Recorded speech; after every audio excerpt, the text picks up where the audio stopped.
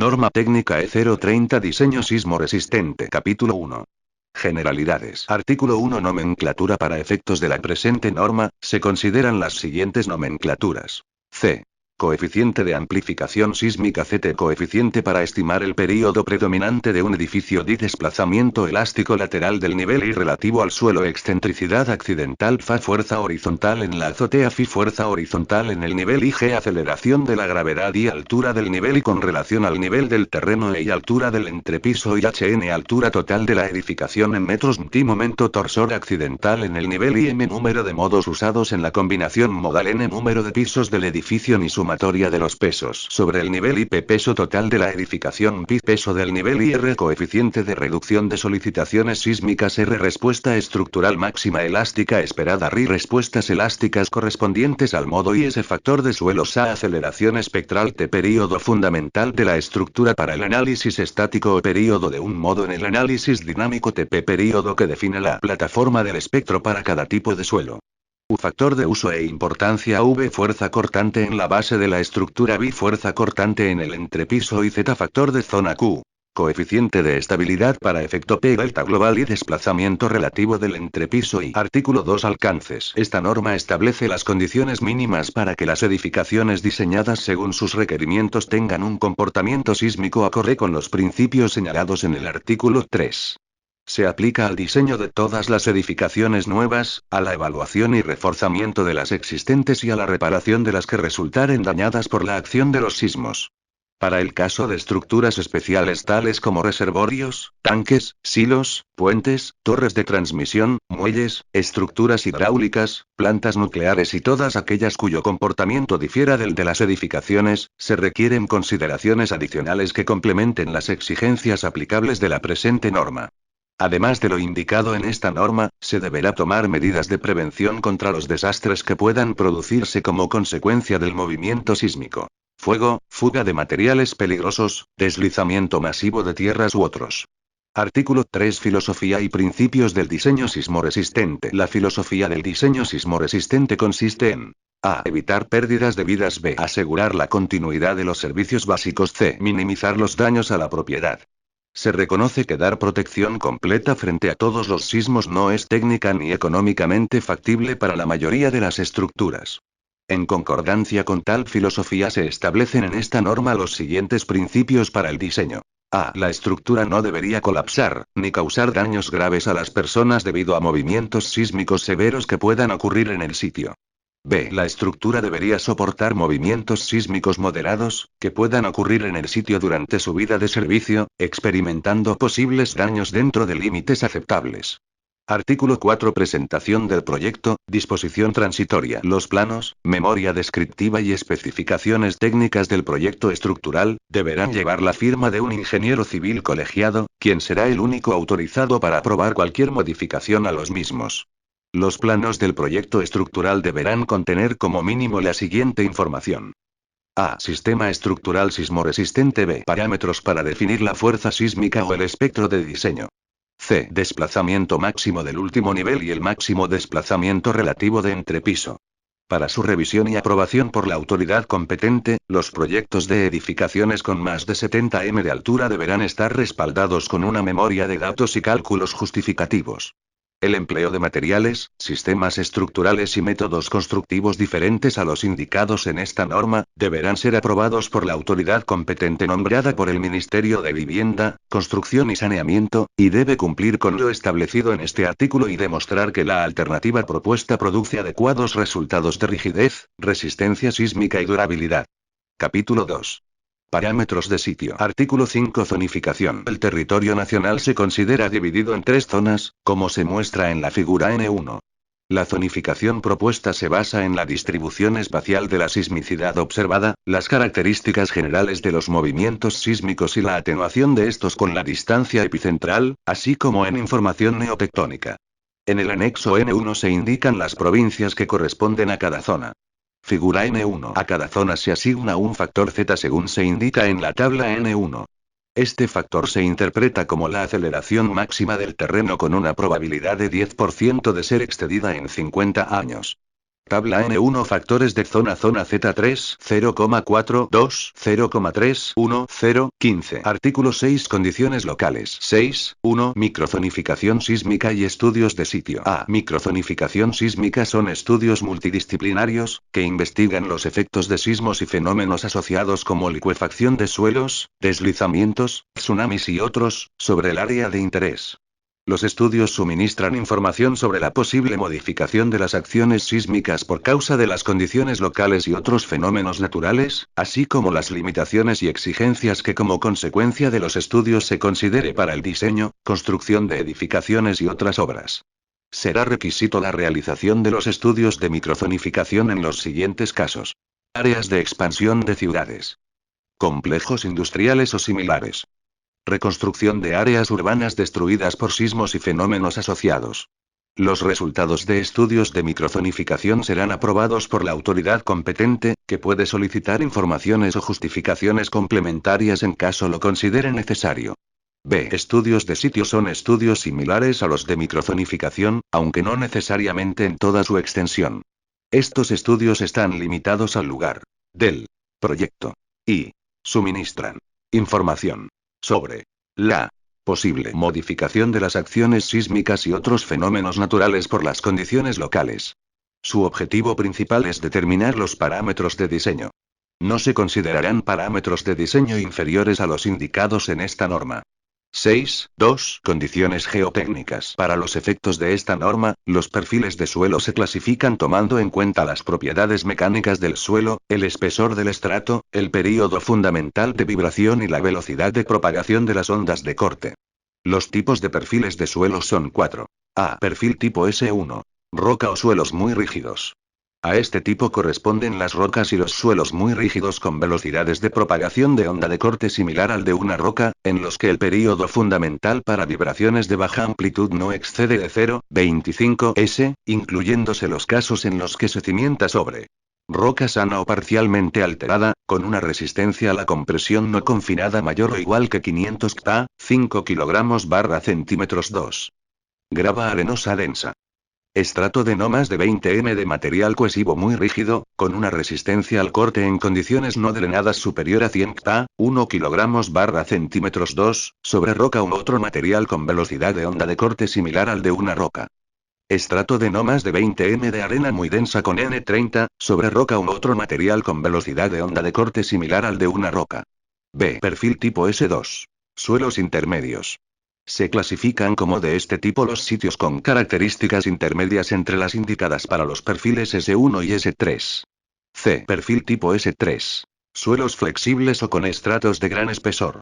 Corresponden a este tipo los suelos flexibles o estratos de gran espesor en los que el período fundamental, para vibraciones de baja amplitud, es mayor que 0,6 s, incluyéndose los casos en los que el espesor del estrato de suelo excede los valores siguientes.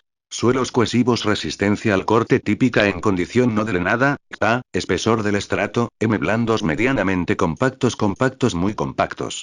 25, 25, 50, 50, 100, 100, 220, 25, 40, 60 suelos granulares valores N típicos en ensayos de penetración estándar, SPT, espesor del estrato, M sueltos medianamente densos 4, 10, 10, 30 mayor que 30, 40, 45, 100 suelo con velocidad de onda de corte menor que el de una roca. D. Perfil tipo S4. Condiciones excepcionales. A este tipo corresponden los suelos excepcionalmente flexibles y los sitios donde las condiciones geológicas o topográficas son particularmente desfavorables. Deberá considerarse el tipo de perfil que mejor describa las condiciones locales, utilizándose los correspondientes valores de TP y del factor de amplificación del suelo S, dados en la tabla N2. En los sitios donde las propiedades del suelo sean poco conocidas se podrán usar los valores correspondientes al perfil tipo S3. Solo será necesario considerar un perfil tipo S4 cuando los estudios geotécnicos así lo determinen.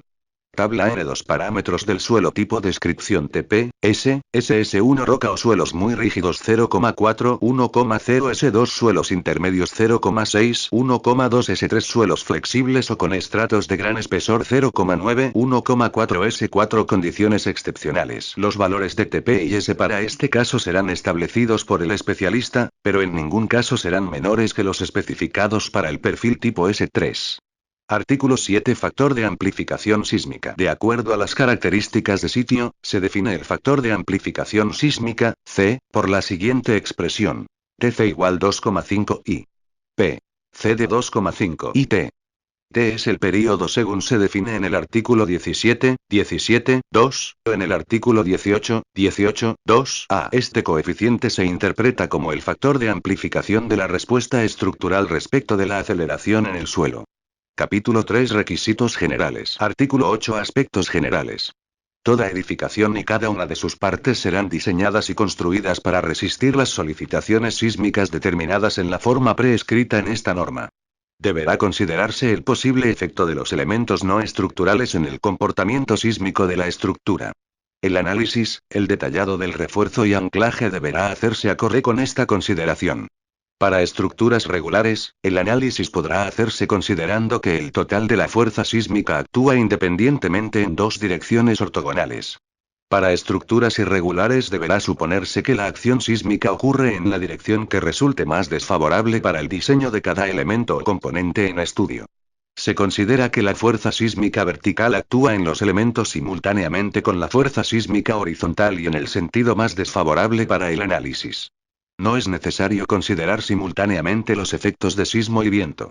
Cuando sobre un solo elemento de la estructura, muro o pórtico, actúa una fuerza de 30% o más del total de la fuerza cortante horizontal en cualquier entrepiso, dicho elemento deberá diseñarse para el 125% de dicha fuerza.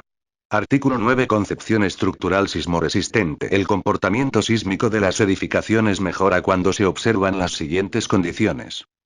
Simetría, tanto en la distribución de masas como en las rigideces. Peso mínimo, especialmente en los pisos altos. Selección y uso adecuado de los materiales de construcción. Resistencia adecuada. Continuidad en la estructura, tanto en planta como en elevación. Ductilidad. Deformación limitada. Inclusión de líneas sucesivas de resistencia. Consideración de las condiciones locales. Buena práctica constructiva e inspección estructural rigurosa. Artículo 10. Categoría de las edificaciones. Cada estructura debe ser clasificada de acuerdo con las categorías indicadas en la tabla N3.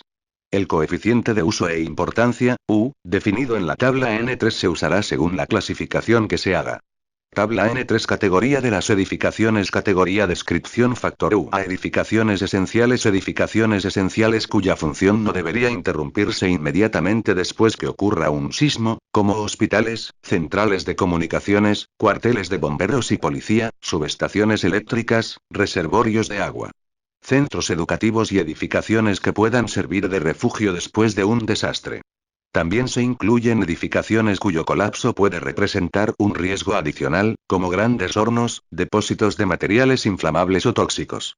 1,5 B. Edificaciones importantes. Edificaciones donde se reúnen gran cantidad de personas como teatros, estadios, centros comerciales, establecimientos penitenciarios, o que guardan patrimonios valiosos como museos, bibliotecas y archivos especiales.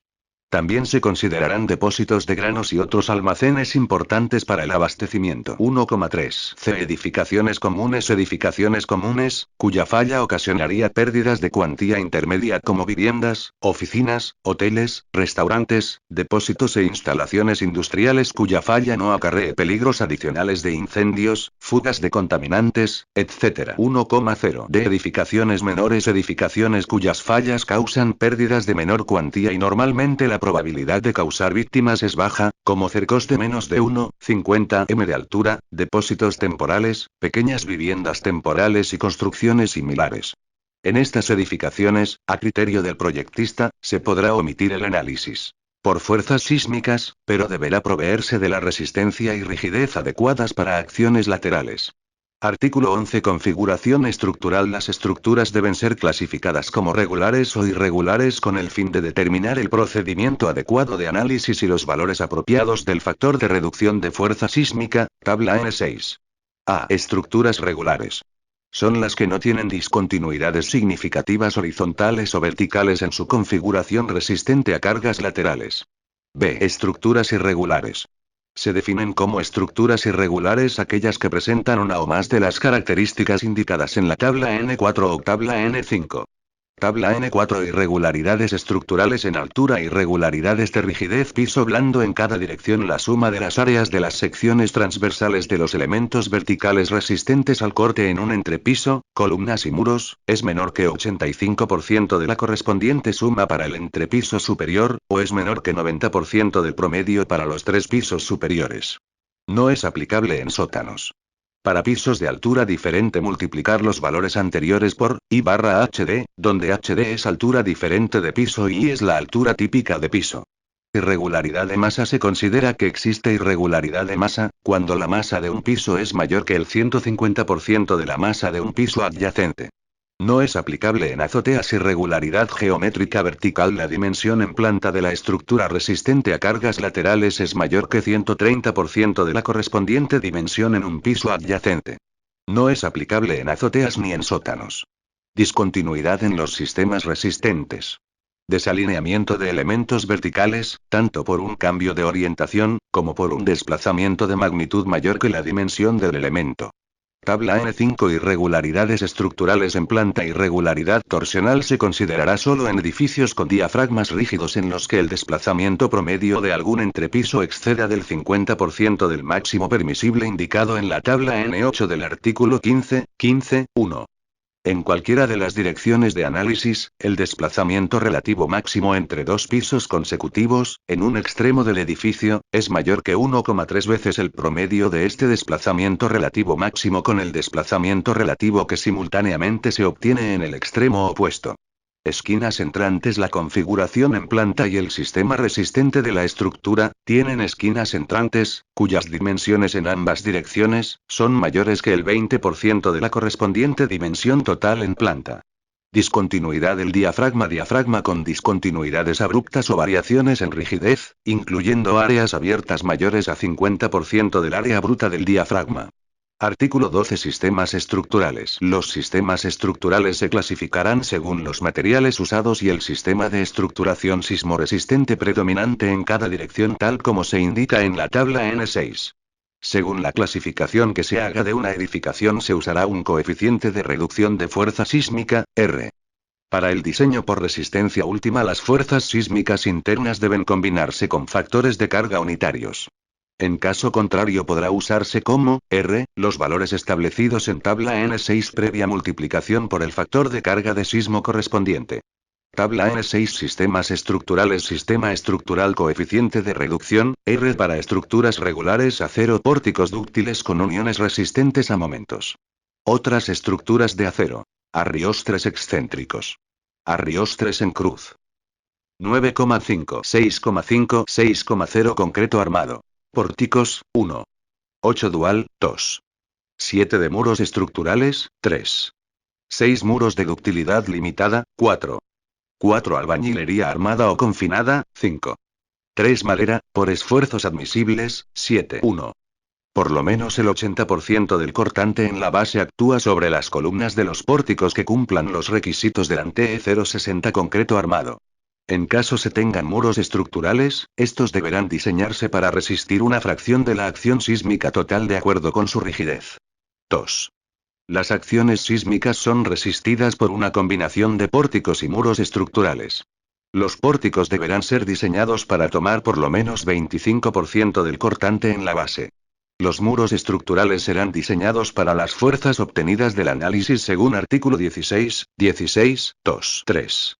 Sistema en el que la resistencia sísmica está dada predominantemente por muros estructurales sobre los que actúa por lo menos el 80% del cortante en la base. 4. Edificación de baja altura con alta densidad de muros de ductilidad limitada. 5.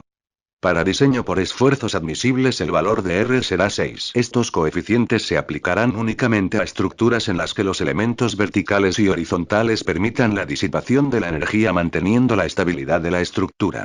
No se aplican a estructuras tipo péndulo invertido. Para estructuras irregulares, los valores de R deben ser tomados como 3/4 de los anotados en la tabla. Para construcciones de tierra referirse al ANTE 080 Adobe. Este tipo de construcciones no se recomienda en suelos S3, ni se permite en suelos S4. Artículo 13. Categoría, sistema estructural y regularidad de las edificaciones. De acuerdo a la categoría de una edificación y la zona donde se ubique, esta deberá proyectarse observando las características de regularidad y empleando el sistema estructural que se indica en la tabla N7.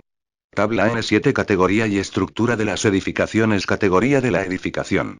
Regularidad estructural. Zona. Sistema estructural. A. Regular 3 a 0, muros de concreto armado, albañilería armada o confinada, sistema dual. 2 y 1 a 0, muros de concreto armado, albañilería armada o confinada, sistema dual, madera. B. Regular o irregular. 3 y 2 a 0, muros de concreto armado, albañilería armada o confinada, sistema dual, madera. 1 cualquier sistema. C. Regular o irregular. 3, 2 y 1 cualquier sistema. Para lograr los objetivos indicados en la tabla N3, la edificación será especialmente estructurada para resistir sismos severos. Para pequeñas construcciones rurales, como escuelas y postas médicas, se podrá usar materiales tradicionales siguiendo las recomendaciones de las normas correspondientes a dichos materiales. Artículo 14. Procedimientos de análisis. 14.1. Cualquier estructura puede ser diseñada usando los resultados de los análisis dinámicos referidos en el artículo 18. 14.2. Las estructuras clasificadas como regulares según el artículo 10 de no más de 45 m de altura y las estructuras de muros portantes de no más de 15 m de altura, aun cuando sean irregulares, podrán analizarse mediante el procedimiento de fuerzas estáticas equivalentes del artículo 17. Artículo 15. Desplazamientos laterales. 15.1. Desplazamientos laterales permisibles. El máximo desplazamiento relativo de entrepiso, calculado según el artículo 16.4, no deberá exceder la fracción de la altura de entrepiso que se indica en la tabla N8. Tabla N8. Límites para desplazamiento lateral de entrepiso. Estos límites no son aplicables a naves industriales. Material predominante, I/EI, concreto armado 0,007 a 0,010, albañilería 0,005, madera 0,010. 15.2. Junta de separación sísmica, S. Toda estructura debe estar separada de las estructuras vecinas una distancia mínima S para evitar el contacto durante un movimiento sísmico.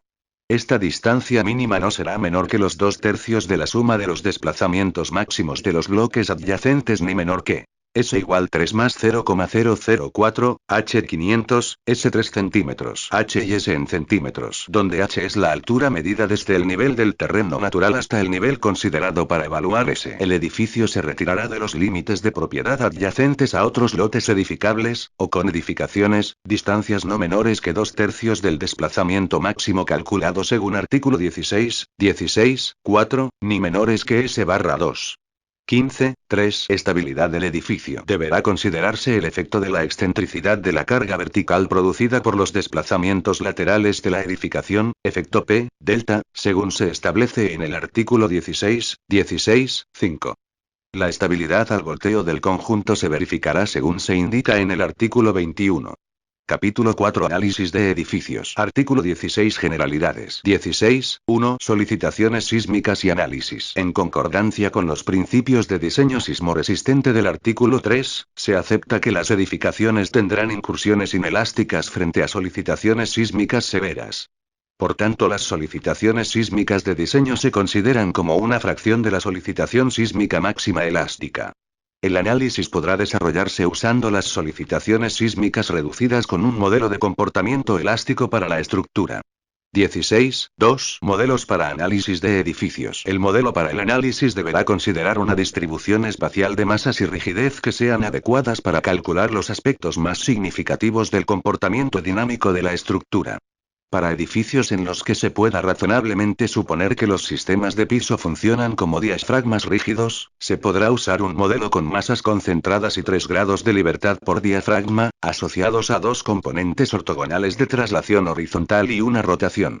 En tal caso, las deformaciones de los elementos deberán compatibilizarse mediante la condición de diafragma rígido y la distribución en planta de las fuerzas horizontales deberá hacerse en función a las rigideces de los elementos resistentes. Deberá verificarse que los diafragmas tengan la rigidez y resistencia suficientes para asegurar la distribución mencionada, en caso contrario, deberá tomarse en cuenta su flexibilidad para la distribución de las fuerzas sísmicas. Para los pisos que no constituyan diafragmas rígidos, los elementos resistentes serán diseñados para las fuerzas horizontales que directamente les corresponde.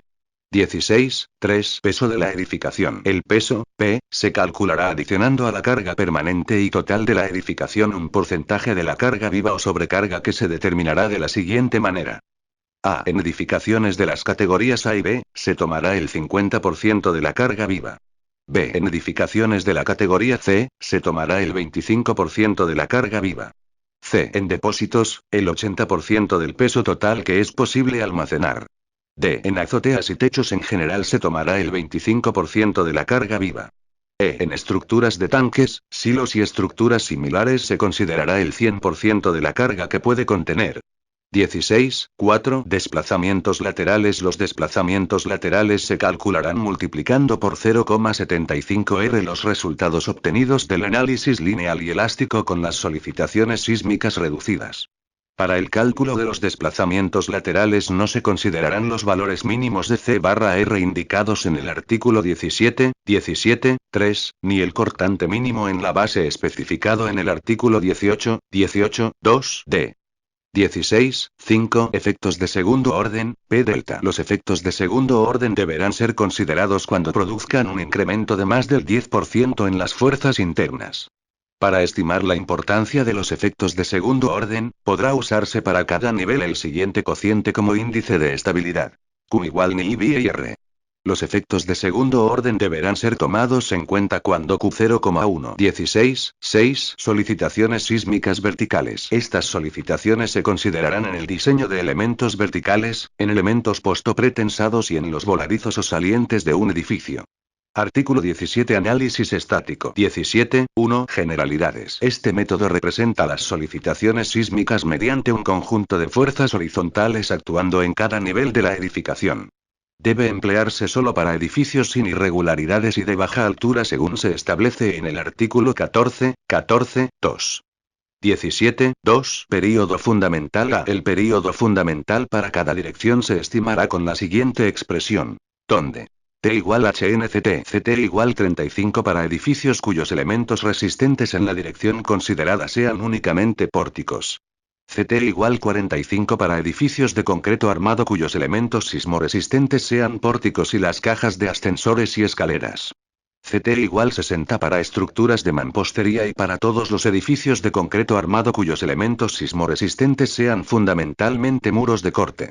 B. También podrá usarse un procedimiento de análisis dinámico que considere las características de rigidez y distribución de masas en la estructura. Como una forma sencilla de este procedimiento puede usarse la siguiente expresión: T igual 2. Cuando el procedimiento dinámico no considere el efecto de los elementos no estructurales, el período fundamental deberá tomarse como el 0,85 del valor obtenido por este método. 17.3 Fuerza cortante en la base. La fuerza cortante total en la base de la estructura, correspondiente a la dirección considerada, se determinará por la siguiente expresión. V igual Zux/PR, debiendo considerarse para C/R el siguiente valor mínimo. C 0,125 R 17.4 Distribución de la fuerza sísmica en altura. Si el período fundamental T es mayor que 0,7 S, una parte de la fuerza cortante V, denominada Fa, deberá aplicarse como fuerza concentrada en la parte superior de la estructura. Esta fuerza Fa se determinará mediante la expresión Fa igual 0,07 TV de 0,15 V, donde el período T en la expresión anterior será el mismo que el usado para la determinación de la fuerza cortante en la base.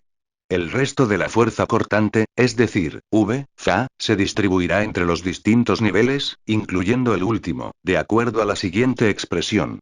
PHF igual VFNPJHJJ igual 1. 17.5 Efectos de torsión. Se supondrá que la fuerza en cada nivel, Phi, actúa en el centro de masas del nivel respectivo y debe considerarse además el efecto de excentricidades accidentales como se indica a continuación.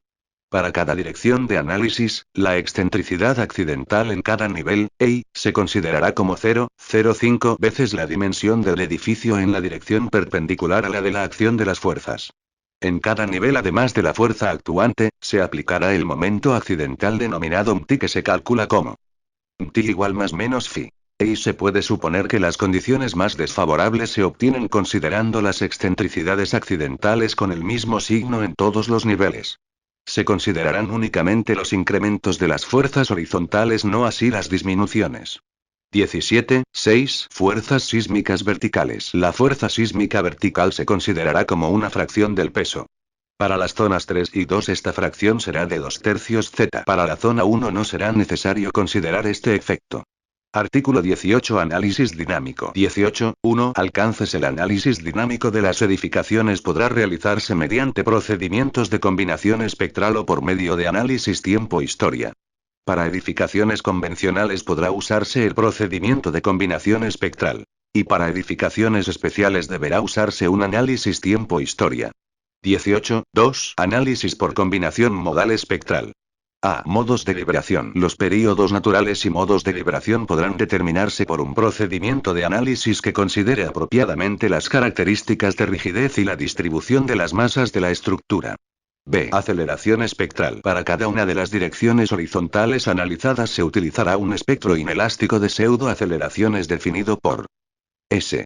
Igual Zux GAR. Para el análisis en la dirección vertical podrá usarse un espectro con valores iguales a los 2/3 del espectro empleado para las direcciones horizontales.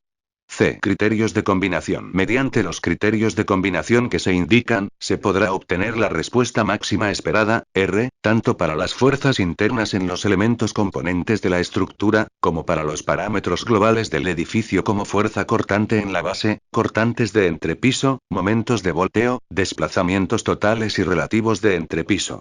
La respuesta máxima elástica esperada, R, correspondiente al efecto conjunto de los diferentes modos de vibración empleados, RI, podrá determinarse usando la siguiente expresión.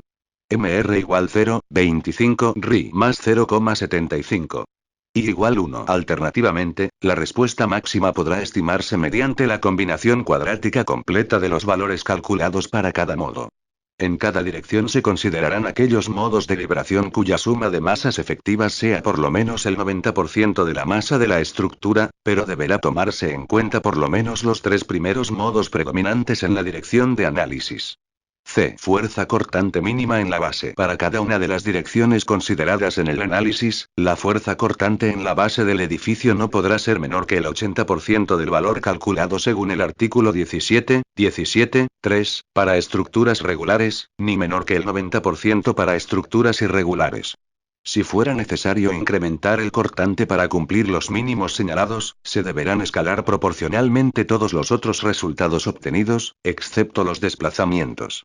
Efectos de torsión. La incertidumbre en la localización de los centros de masa en cada nivel, se considerará mediante una excentricidad accidental perpendicular a la dirección del sismo igual a 0,05 veces la dimensión del edificio en la dirección perpendicular a la dirección de análisis.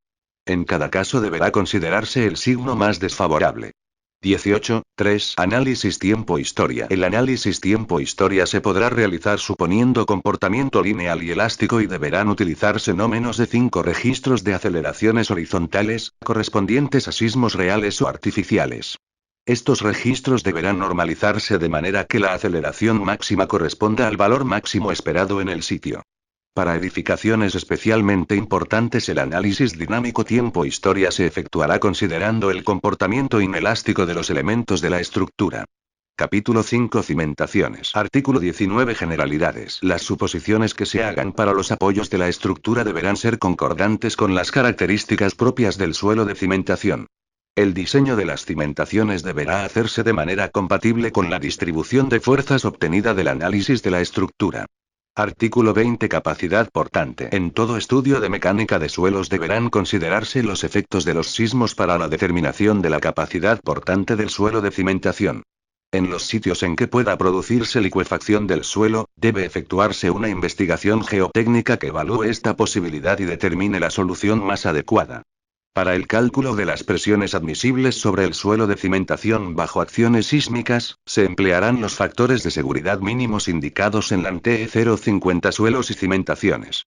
Artículo 21. Momento de volteo. Toda estructura y su cimentación deberán ser diseñadas para resistir el momento de volteo que produce un sismo. El factor de seguridad deberá ser mayor o igual que 1,5. Artículo 22. Zapatas aisladas y cajones. Para zapatas aisladas con o sin pilotes en suelos tipo S3 y S4 y para las zonas 3 y 2 se proveerá elementos de conexión, los que deben soportar en tracción o compresión, una fuerza horizontal mínima equivalente al 10% de la carga vertical que soporta la zapata.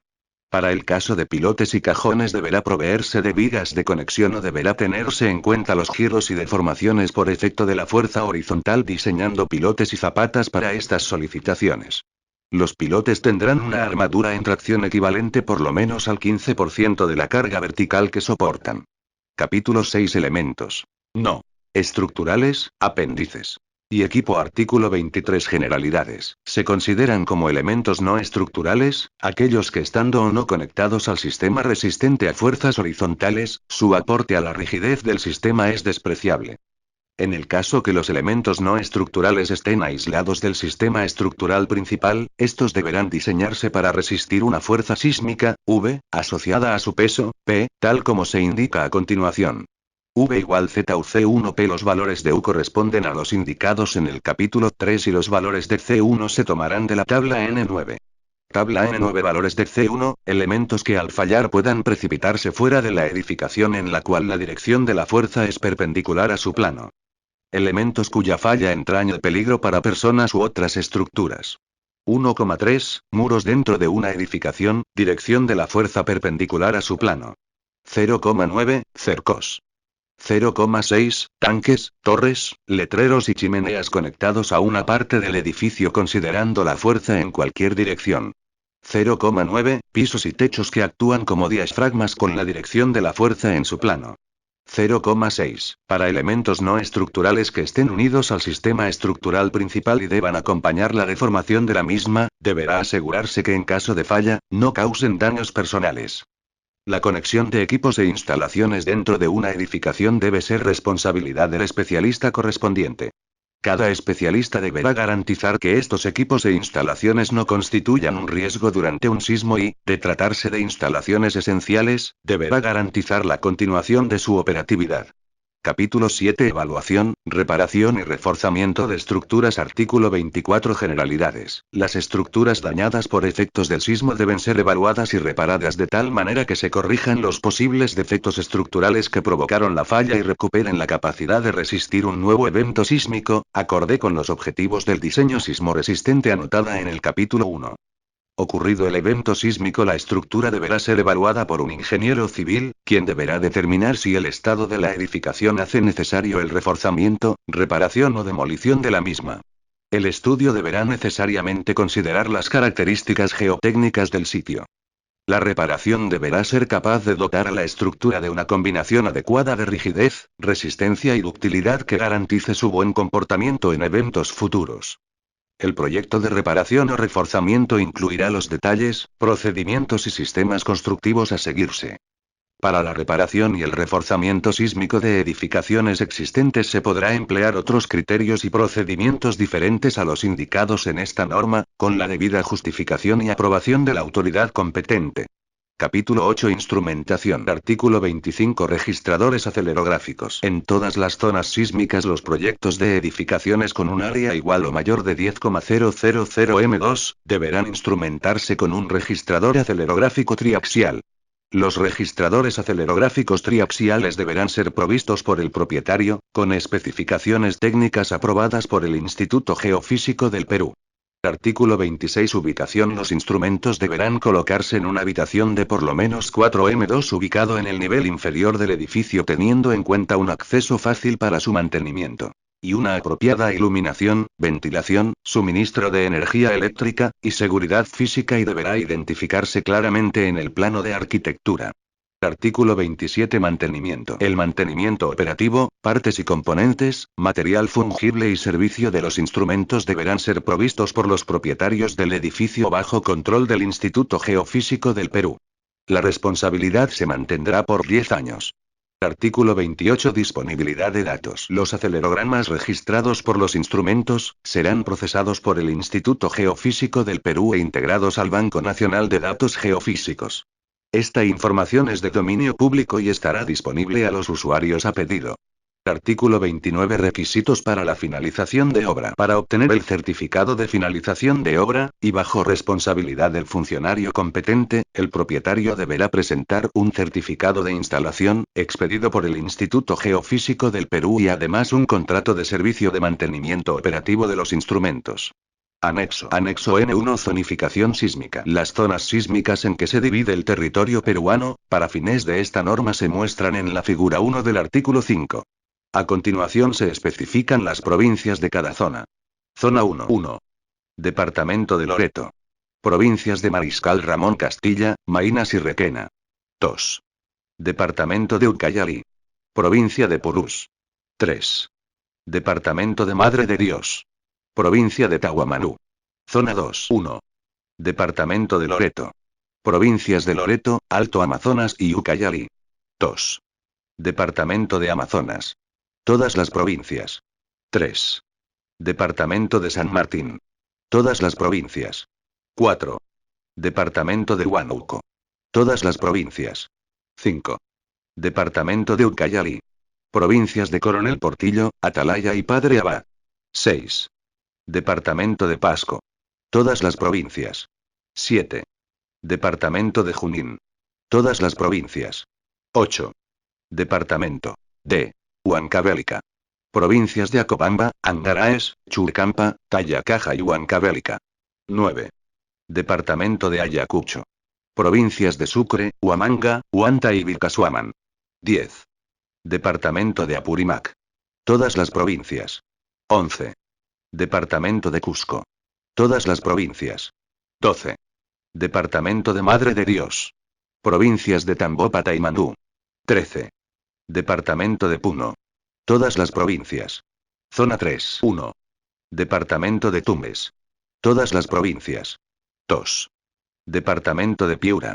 Todas las provincias. 3. Departamento de Cajamarca. Todas las provincias. 4. Departamento de Lambayeque. Todas las provincias. 5. Departamento de La Libertad. Todas las provincias. 6. Departamento de Ancash. Todas las provincias. 7. Departamento de Lima. Todas las provincias. 8. Provincia Constitucional del Callao. 9. Departamento de Ica. Todas las provincias. 10. Departamento de Huancavelica. Provincias de Castrovirreína y Guaitara. 11. Departamento de Ayacucho. Provincias de Cangallo, Huancasancos, Lucanas, Víctor Fajardo, Parinacochas y Paucar del Sarra Sara. 12. Departamento de Arequipa. Todas las provincias. 13. Departamento de Moquegua. Todas las provincias. 14. Departamento de Tacna. Todas las provincias.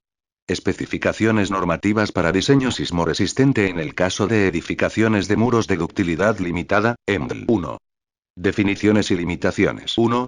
Los EMDL se caracterizan por tener un sistema estructural donde la resistencia sísmica y de cargas de gravedad en las dos direcciones está dada por muros de concreto armado que no pueden desarrollar desplazamientos inelásticos importantes. En este sistema los muros son de espesores reducidos, se prescinde de extremos confinados y el refuerzo vertical se dispone en una sola hilera. Los sistemas de piso son losas macizas o aligeradas que cumplen la función de diafragma rígido. El máximo número de pisos que se puede construir con este sistema es de 7. 1. 2. Cuando se emplee este sistema en edificios de mayor altura, los pisos inferiores por debajo de los 6 últimos niveles, deberán estar necesariamente estructurados en base a muros de concreto armado con espesores mayores o iguales a 0,15 m, que permitan confinar sus extremos con estribos.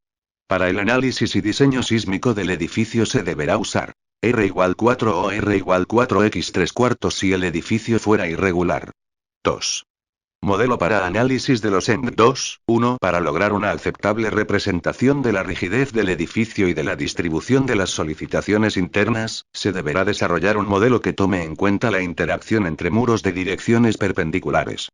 Para tal efecto, será necesario compatibilizar las deformaciones verticales en las zonas comunes de los muros en ambas direcciones, tanto para solicitaciones sísmicas como para cargas de gravedad.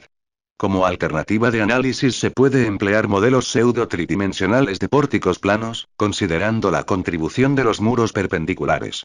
La longitud de la aleta contribuyente a cada lado del alma deberá ser el menor valor entre el 10% de la altura total del muro y la mitad de la distancia al muro adyacente paralelo. 3.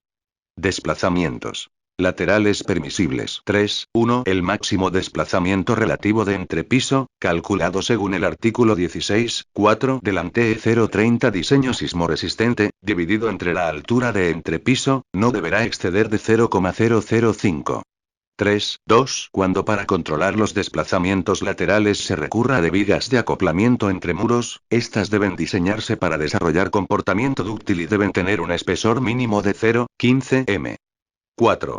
Irregularidades en altura y requisitos de diseño. 4. 1. Cuando el edificio tenga muros discontinuos, se deberá cumplir con las siguientes exigencias. A. Para evitar la existencia de un piso blando, en cualquier entrepiso, el área transversal de los muros en cada dirección no podrá ser menor que el 90% del área correspondiente al entrepiso inmediato superior. B. El 50% de los muros deberá ser continuo con un área mayor o igual al 50% del área total de los muros en la dirección considerada. C. La resistencia y rigidez del entrepiso donde se produce la discontinuidad, así como los entrepisos inmediato superior e inmediato inferior deberán estar proporcionada exclusivamente por los muros que son continuos en todos los niveles. D. El sistema de transferencia, parrilla, losa y elementos verticales de soporte, se deberá diseñar empleando un factor de reducción de fuerzas sísmicas, RST, igual al empleado en el edificio, R dividido entre 1,5, es decir, RST igual R/1,5. Excepcionalmente se permitirá densidades de muros continuos inferiores a la indicada en B, solo para los entrepisos de sótanos. En este caso se podrá recurrir a sistemas de transferencia en el nivel correspondiente al techo del sótano debiéndose desarrollar un diseño por capacidad, de acuerdo a lo indicado en el acápite 4.2 de las especificaciones normativas para concreto armado en el caso de EMBL, y satisfaciendo adicionalmente lo indicado en D. El proyectista deberá presentar una memoria y notas de cálculo incluyendo los detalles del diseño para el sistema de transferencia y de los principales muros con responsabilidad sísmica.